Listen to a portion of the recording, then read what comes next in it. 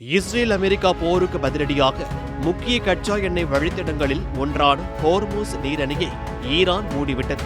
இதனால் உலக நாடுகள் கச்சா எண்ணெய் எரிவாயு பிரச்சனைகள் சிக்கி தவித்து வருகின்றன. ஈரானுக்கு எதிராக போரினை தொடங்கிய அமெரிக்க அதிபர் டிரம்ப் யாருக்கு கச்சா எண்ணெய் வேண்டுமோ அவர்களே சென்று ஹோர்முஸ் நீரணையை திறந்து கொள்ளுங்கள் என சொல்லிவிட்டு கோல்ஃப் விளையாட சென்று விட்டார்.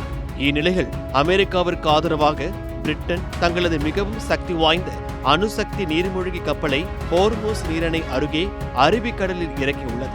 பிரிட்டனுக்கு சொந்தமான இந்த HMS ஆன்சன் எனப்படும் அணுசக்தி நீர்மூழ்கி கப்பலானது 1600 கிலோமீட்டர் தூரம் வரை இலக்கு நிர்ணயித்து அழிக்கக்கூடிய திறன் வாய்ந்த டோமஹாக் பிளாக் என்று 4 என்ற ஏவுகணையை கொண்டிருக்கிறது. அமெரிக்காவுக்கு ஆதரவாக திடீரென இந்த கப்பல் நிறுத்தப்பட்டு இருப்பதால் அப்பகுதியில் மிகுந்த பதற்றம் ஏற்பட்டுள்ளது. இது மட்டுமின்றி ஈரானுக்கு எதிராக அமெரிக்காவிற்கு ஆதரவளிக்கும் வகையில் லண்டனில் உள்ள ராணுவ தளவாடங்கள் மற்றும் ராணுவ படைகளையும் பயன்படுத்திக் கொள்ள பிரிட்டன் அனுமதி அளித்துள்ளது. கிரீன்லாந்தை கைப்பற்றுவோம் என ட்ரம்ப் தொடர்ச்சியாக மிரட்டி வரும் நிலையில் பிரிட்டனின் இந்த திடீர் ஆதரவு உலக அரசியலில் உற்று கவனிக்கும் விஷயமாக மாறியுள்ளது.